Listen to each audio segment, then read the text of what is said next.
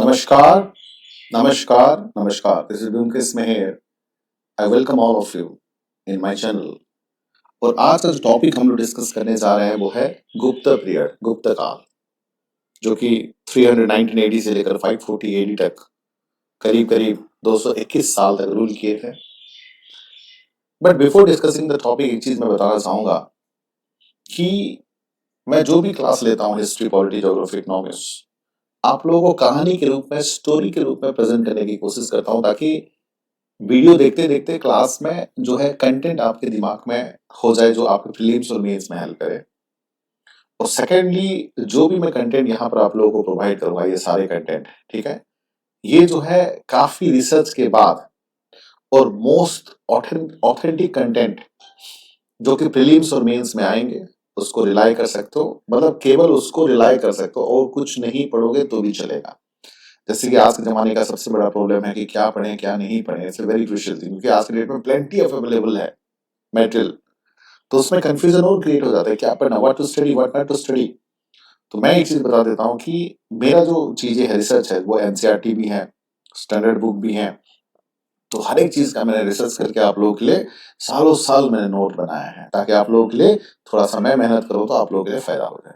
ठीक है, तो ये जो नोट है आप साथ ही साथ जो है लिखते रहिए और बार बार वीडियो को देखिए, 2-3 बार वीडियो को देखिए, तब जाके चीजें समझ में आएगा। और एग्जामिनेशन बेटा बहुत पास है अभी, अभी तो हम लोग नेग्लेक्ट नहीं कर सकते, अभी सीरियसली पढ़ेंगे। ठीक है, चलिए अब शुरू करते हैं। आज का जो टॉपिक है, it's very interesting topic, that is गुप्त काल। 319 एडी से लेकर 540 एडी तक इसका टाइम पीरियड है, गुप्त पीरियड। देखिए, गुप्त पीरियड का जो एरिया है आप देख सकते हैं यहाँ पर, ये जो एरिया है, this is the area of the गुप्त पीरियड। ठीक है, देन अगर मैं बात करूं, देखो कि उससे पहले, ठीक है, कि उस गुप्त गुप्त अगर मैं मौर्य एरिया, मौर्य एम्पायर से कंपेयर, मौर्यन पीरियड से कंपेयर करूं, तो नो डाउट अबाउट दैट कि गुप्त पीरियड थोड़ा सा उससे कम एरिया में, कम एरिया था। क्योंकि मौर्य के टाइम पे अगर मैं अशोका की बात करूं, अखंड भारत, अखंड भारत की उन्होंने सपना देखा था, और अखंड भारत में जो है बहुत सारा हिस्सा कवर किए गए थे। बट गुप्त पीरियड में थोड़ा सा एरिया कम था। जैसे कि गुप्त पीरियड में जो कवर होता है मगध, जिसको हम लोग मगध एरिया कहते हैं, जो कि southern part of Bihar, present day of India, Nepal, Bangladesh, ये सब आता है। ठीक है, तो ये 4th century AD, a new dynasty of the Gupta arose in Magadh. ठीक है, इन मगध। ठीक है, एक नया वंश का जो है मगध में शुरुआत हुआ था। और मगध का मतलब क्या है, देखो, that is southern part of Bihar, southern part of Bihar. Then उसके बाद जो है present day of India, present day of India, present day of India. Then उसके बाद जो है नेपाल, नेपाल, नेपाल। देन जो है बांग्लादेश, बांग्लादेश, बांग्लादेश। ठीक है, and establish a large large kingdom over the greater part of northern India. ठीक है, though their empire was not at large as they are in the Mauryas. Mauryas का थोड़ा सा ज्यादा बड़ा था, गुप्ता का थोड़ा सा कम था। और एक चीज मैं बताना चाहूंगा यहाँ पर कि this period is refer as the classical age और गोल्डन एज। क्या है, दिस पीरियड को एक स्वर्ण काल, ठीक है, गोल्डन एज का मतलब क्या है, स्वर्ण काल, उसको जो है क्लासिकल एज भी कहा जाता है।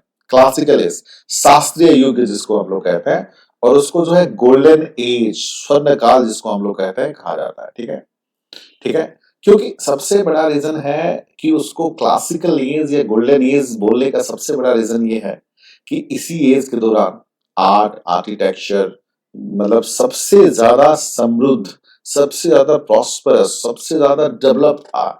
इसलिए हम उसको स्वर्ण काल कहते हैं, गोल्डन एज कहते हैं।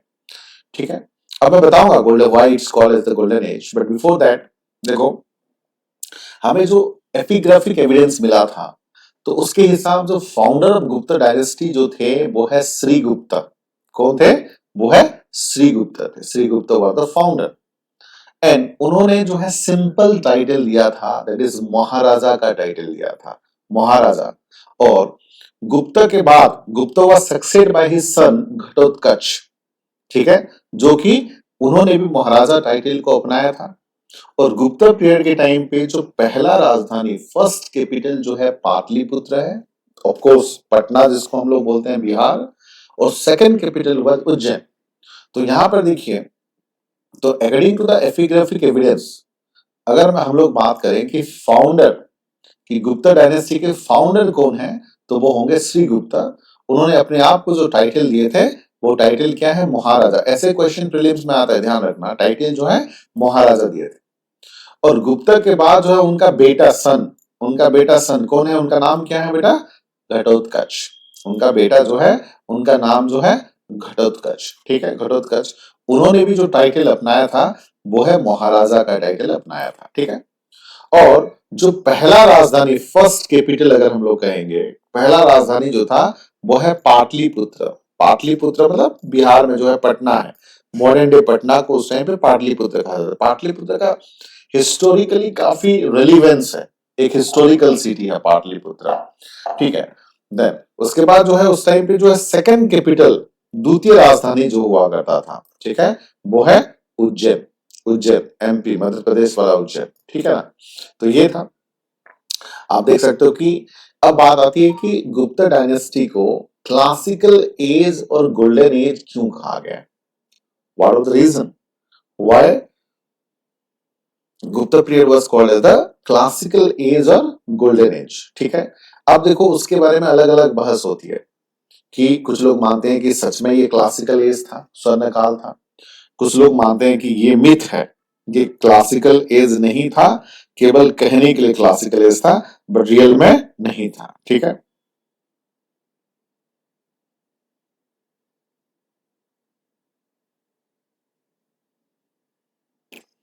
ठीक है,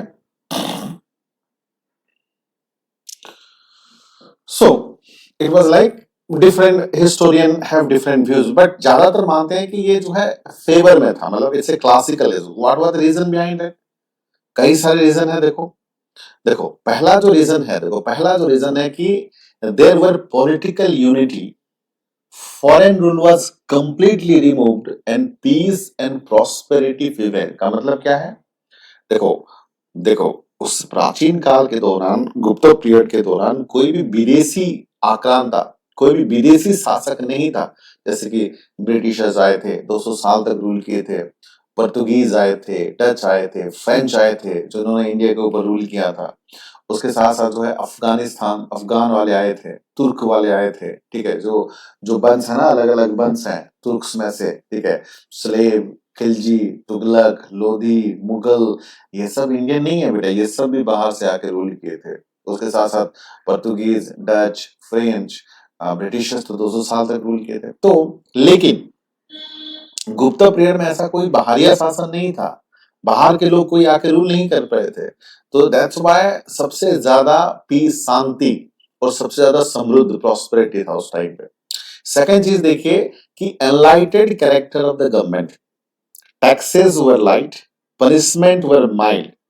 मतलब जो सरकार का जो चरित्र था, प्रबुद्ध चरित्र जिसको हम लोग बोलते हैं, कि सरकार जो है बहुत लिबरल था टैक्सेस के मामले में, पनिशमेंट के मामले में। उस टाइम पे टैक्सेस, जो कर होता था वो कम किए जाते थे।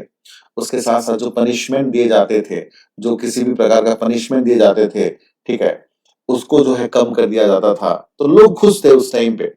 उसके बाद एक चीज और बात करते हैं कि revival of Hinduism, but there was tolerance of all other religion. जैसे कि आज के डेट में हम लोग का कॉन्स्टिट्यूशन भी ये कहता है कि देखो, वी शुड हैव, हम लोग का जो कंट्री है क्या है, मतलब we should have respect and we should have मतलब religions, tolerance for all the religions. हर एक धर्म के प्रति जो है हमें जो है टॉलरेंस अपनाना चाहिए, ठीक है, सहिष्णुता हर एक धर्म के प्रति होना चाहिए। But at the same time revival of Hinduism, Hindu धर्म का एक तरफ से पुनरुद्धार, ठीक है, हिंदुइज्म एक अलग लेवल पे ग्रोथ कर रहा था, उसके साथ साथ दूसरे धर्म को रेस्पेक्ट करने की बात भी किया जा रहा था। तो देखो, जब हम लोग जब बोलते हैं कि secular India is a secular country, उस means we should have sense of respect for all the religion. देखिए, उसके साथ साथ यहाँ पर हम अपने धर्म का प्रचार कर सकते हैं, प्रसार कर सकते हैं, पब्लिश बुक पब्लिश कर सकते हैं, मंदिर, मस्जिद, गुरुद्वारा बना सकते हैं, लेकिन हमें अपना धर्म का प्रचार करिए। लेकिन एट द सेम टाइम दूसरे ऐसे मत सोचिए कि अपना धर्म ही महान है। अपना धर्म महान हो सकता है, लेकिन दूसरों का धर्म भी महान है। तो we should have sense of respect for other religion as well. तो ये चीजें बहुत बढ़िया था, मतलब हिंदुइज्म का रिवाइवल होने के साथ साथ दूसरे का भी जो है मतलब डेवलप होती थी। उसके बाद देखिए use of Sanskrit, Sanskrit language की बात हो रही है। Use of Sanskrit develop and art and architecture flourish during the period. देखो संस्कृत का सबसे ज्यादा तो इसी दौरान जो है संस्कृत का सबसे ज्यादा जो है डेवलपमेंट हुआ था। उसके साथ साथ जो है कला एवं जो लिटरेचर साहित्य है, ठीक है, कला और साहित्य में सबसे ज्यादा जो विकास हुआ था वो है गुप्त पीरियड में, ठीक है। उसके साथ साथ आर्किटेक्चर, ठीक है। उसके बाद जो है उसी दौरान जो है ग्रेट पैटर्न लाइक कालिदास थे, अमर सिन्हा थे, धनवंतरी थे, आर्यभट्ट थे, ठीक है, मिरिया थे। तो ये सब जो है महान जो लोग थे उसी दौरान थे। तो देखिए आर्गुमेंट में क्या क्या है, पहले एक एक पॉइंट को फिर से रिवाइज कर लेते हैं कि देयर वाज पॉलिटिकल यूनिटी, ठीक है, क्या है मतलब राजनीतिक इकाइयां, ठीक है, पॉलिटिकल यूनिटी वाज देयर, ठीक है। क्यों? क्योंकि foreign rule was completely removed. किसी भी प्रकार का फॉरेन आक्रांता या फॉरेन विदेशी जो है आक्रमणकारी नहीं थे। दैट्स व्हाई क्या हो रहा था, peace and prosperity was prevailed, ठीक है। इसलिए शांति और समृद्धि सबसे ज्यादा था उस टाइम पे। ये पहला चीज हो गया। दूसरा देखो एनलाइटेड character of the government. Government का जो कैरेक्टर था बहुत मतलब बहुत लिबरल था, बहुत अच्छा था कह सकते हो। उस टाइम पे क्या होता था, टैक्सेस वर लाइट, टैक्स जो है कम कर दिए जाते थे। पनिशमेंट वर माइल्ड, पनिशमेंट कम दिए जाते थे, लोग खुश थे उसमें, ठीक है ना। उसके बाद एक बहुत अच्छी बात हुई थी कि रिवाइवल ऑफ हिंदुइज्म, मतलब हिंदुइज्म का जो पुनरुद्धार हुआ था, ये एक अच्छी शुरुआत थी। एट द सेम टाइम, ये सबसे जरूरी चीज है, at the same time we have a tolerance for all the religion, मतलब जिसको हम लोग प्राउडली कहते हैं ना आज के डेट में भारत के संविधान में कि India is a secular country. तो हमें जो है दूसरे धर्म को जो है टॉलरेंस मतलब रेस्पेक्ट करने की भी बात हो रही है यहाँ पर, ठीक है ना। उसके बाद देखो और एक बढ़िया चीज है कि यूज ऑफ संस्कृत। संस्कृत देखो, Sanskrit is the language of intellectual. Sanskrit जो है डेवलप लैंग्वेज है, संस्कृत जो है एडवांस लैंग्वेज है। तो संस्कृत का जो है इस्तेमाल ज्यादा होने लगा।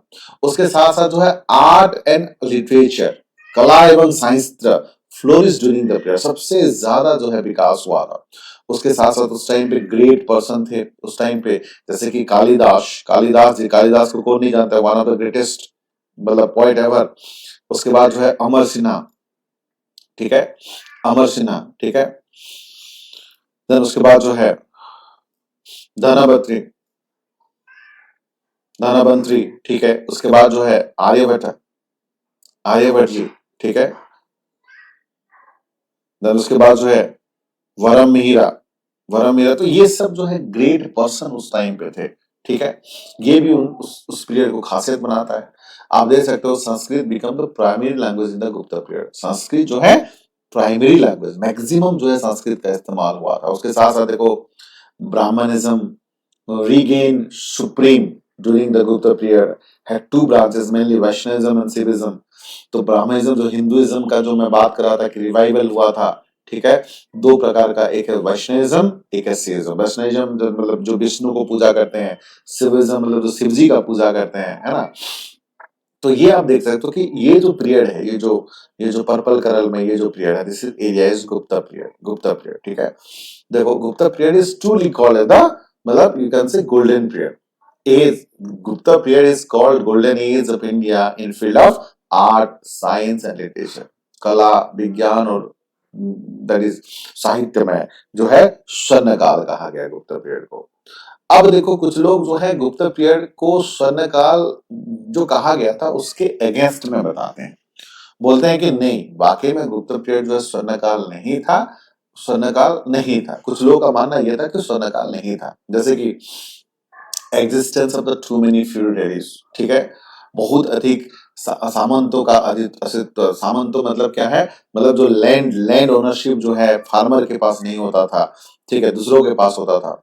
उसके साथ साथ absent of large central army and bureaucracy, जो हम लोग बात करते हैं ना कि बड़ी केंद्रीय सेना या नौकरशाही उस टाइम पे नहीं था, ठीक है। लार्ज लेवल पर सेंट्रल आर्मी नहीं थे, ब्यूरोक्रेसी कृषि इतना इफेक्टिव नहीं था। ये कुछ लोग मानते हैं। कुछ लोग ये भी मानते हैं कि development of the feudal element like increasing the land grant, then serfdom and self infeudatory। तो जो अगर मैं बात करूं जमीन को लेके तो उस टाइम पे जो है डेवलपमेंट ऑफ फ्यूडल एलिमेंट ज्यादा था, ठीक है। मतलब ये जो मतलब जो लैंड का प्रॉपर्टी, लैंड का ओनर जो है फार्मर को होना चाहिए, वो चीजों में कमी थी, ठीक है। देन उसके बाद कुछ लोग मानते हैं कि decline of trade and gold, ठीक है। तो ट्रेड में, व्यापार में गिरावट आई थी। कुछ लोग ये भी मानते हैं कि decline of the urban centre, जो शहरी शहरी केंद्रों का पतन, अर्बन सेंटर का डिक्लाइन हुआ था। कुछ लोग ये भी मानते हैं कि इंक्रीजिंग द वर्ण डिस्ट्रिक्शन एंड सोशल लीडर, मतलब सोसाइटी में जो वर्ण सिस्टम है वो जो है बढ़ गया था। ये ब्राह्मण, क्षत्रिय, वैश्य, शूद्र, ये जो वर्ण को लेके, ये जो जाति को लेके जो है और ज्यादा बढ़ गया था। और decline in the status of women, महिलाओं का जो है स्थिति में गिरावट होने लगी। तो कुछ लोगों का ये सब मानना है, देखो existence of too many feudatories, ठीक है, बहुत अधिक सामंतों का अस्तित्व था। उसके बाद जो है absent ऑफ, यू कैन से absent of last central army, absent of last central army and also absent of bureaucracy, ठीक है। उसके बाद मानते हैं, देखो development of the feudal element. Feudal element मतलब जमीन का जो ओनरशिप जो है फार्मर के पास नहीं रहता था, वो जो है मतलब मीडिएटर के पास रहता था। डिक्लाइन ऑफ द ट्रेड, कुछ लोग ये भी मानते हैं कि उस टाइम पे जो है ट्रेड का जो है डिक्लाइन हुआ था, ट्रेड एंड गुड। फिर उसके बाद जो है डिक्लाइन, कुछ लोग मानते हैं कि decline of the urban centre का डिक्लाइन हुआ था। कुछ लोग मानते हैं कि वर्ण डिस्ट्रिक्शन, ठीक है, वर्ण जो जाति प्रथा, ठीक है, वर्ण, ठीक है, वर्ण का भेदभाव जो होती है ब्राह्मण, क्षत्रिय, वैश्य, शूद्र में, वो चीजें जो है हो गया था। उसके बाद जो है decline in the status of women, decline in the status of women, महिलाओं के दर्जा में जो है कम हो गई थी, महिलाओं की स्थिति जो है गिरावट हुई थी, ठीक है। तो यही सब कारण ये बताता है कि गुप्त पीरियड जो है स्वर्णकाल नहीं था। बट अगर अगर हम बात करें, ज्यादातर हिस्टोरियन की बात करें, हम जो है ज्यादातर हिस्टोरियन की बात करें कि गुप्त पीरियड जो है स्वर्णकाल था या नहीं था, ठीक है, ज्यादातर हिस्टोरियन की बात करें तो गुप्त पीरियड जो है स्वर्णकाल था। तो यहाँ पर देखो मेंस में एक क्वेश्चन बन सकता है, मेंस का जो है ये क्वेश्चन बन सकता है, आप लिख लीजिए, यही क्वेश्चन बन सकता है कि मेंस के लिए यही क्वेश्चन बन सकता है कि golden age of ancient India, Gupta period was called as the golden age of the ancient India. It's a reality or myth, explain the statement। ठीक है, ये जो है आपके मेंस के लिए एक सवाल बन सकता है, ध्यान रखिएगा, ठीक है। ऐसे ही क्वेश्चन जो है गुप्त पीरियड में आता है। फिर से लिख लो, मेंस के लिए सवाल है कि एक्सप्लेन कि Gupta period as the golden age of the ancient India, it's a reality और मिथ, ये सच्चाई है या उसमें सच्चाई नहीं है, ये वाकई में स्वर्णकाल था या ये स्वर्णकाल नहीं था, आपको बताना है। तो ये उसके फेवर में जो मैंने बताया था वो चीजें बताना है, उसके बाद उसके अगेंस्ट में जो चीजें बताया था वो चीजें बताना है। और देखो और भी चीजें हैं कि गुप्त पीरियड में जो देखो टाइम, आज तो मैं यही बता रहा हूँ कि गुप्त पीरियड स्वर्णकाल था या नहीं था। बट जो नेक्स्ट पार्ट ऑफ वीडियोस में मैं ये जो है आप लोगों को जो है डिस्कस करने वाला हूँ, नेक्स्ट पार्ट ऑफ वीडियोस में ये डिस्कस करने वाला हूँ कि गुप्त पीरियड के जो डायनेस्टीज है उसके बारे में मैं डिस्कस करने वाला हूँ।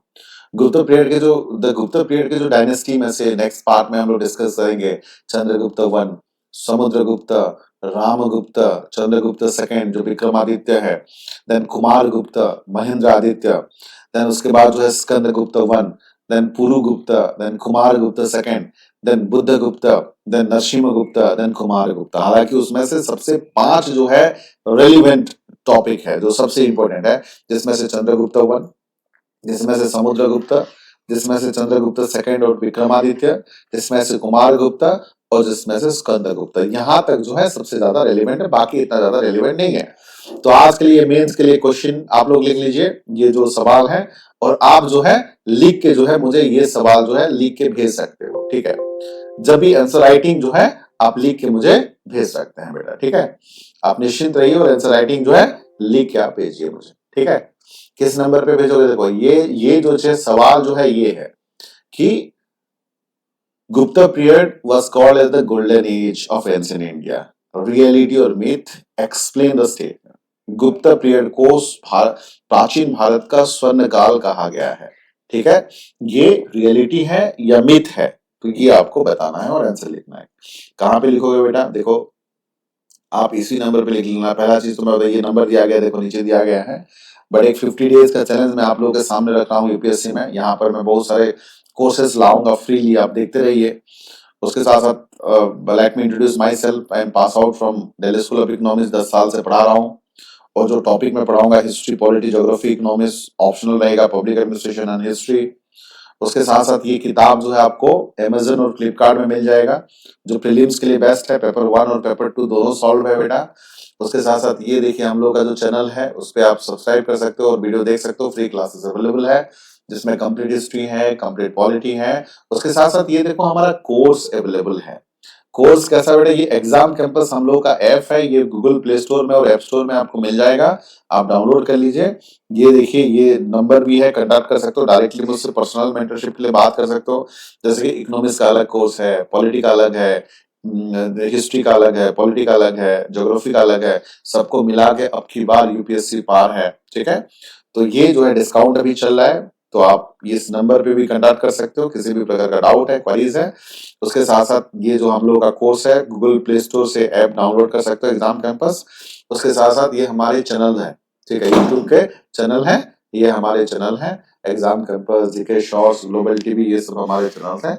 ये सब चैनल्स पे भी आप जो है अपना अपना जो है सब्सक्राइबर कर सकते हो। कैसे करोगे, देखो यहाँ पे जाओगे चैनल पे, ये होम पे जाइए, ये वाला जो चीज है ना, होम पे जाइए बेटा। देखो मैं दिखा देता हूँ आप लोगों को कैसे कर सकते हो। कि यहाँ पर जो है आप जाइए ऐसे अपना चैनल पे, होम पे जाइए। होम पे जैसे ही जाओगे ये सब्सक्राइब और चैनल पे ये सब आ जाएगा। तो ये सबको मैं चाहूंगा आप लोग अगर पसंद करते हो तो सब्सक्राइब करिए। और भी बहुत सारे चैनल हम लोगों ने क्रिएट किया, हमारी टीम ने क्रिएट किया है। कॉमेडी पे न्यूज चैनल वगैरह है, करंट अफेयर्स का चैनल है, ठीक है, या फिर अलग अलग जोनर पे चैनल है। वो अगर भी पसंद आ रहा है तो आप सब्सक्राइब कर सकते हो। ठीक है, सो आज के लिए इतना ही। Thank you all, have a nice day, take care, जय Hind. Keep in touch in this number, directly मुझसे पर्सनल मेंटरशिप के लिए बात कर सकते हो। किसी को भी किसी भी प्रकार का दिक्कत है, चाहे आपका पढ़ाई नहीं हो पा रहा है, चाहे आपका याद नहीं हो पा रहा है, चाहे आपका मेंस मेंस का एग्जाम कैसे दोगे, आंसर राइटिंग प्रैक्टिस करोगे कैसे करोगे, ऑप्शनल कैसे रखोगे, किसी भी प्रकार का कंफ्यूजन है तो आप मुझे इस नंबर पे कॉल कर सकते हो। ठीक है, आज के लिए इतना ही। Thank you all, have a nice day, take care, जय हिंद, बाय।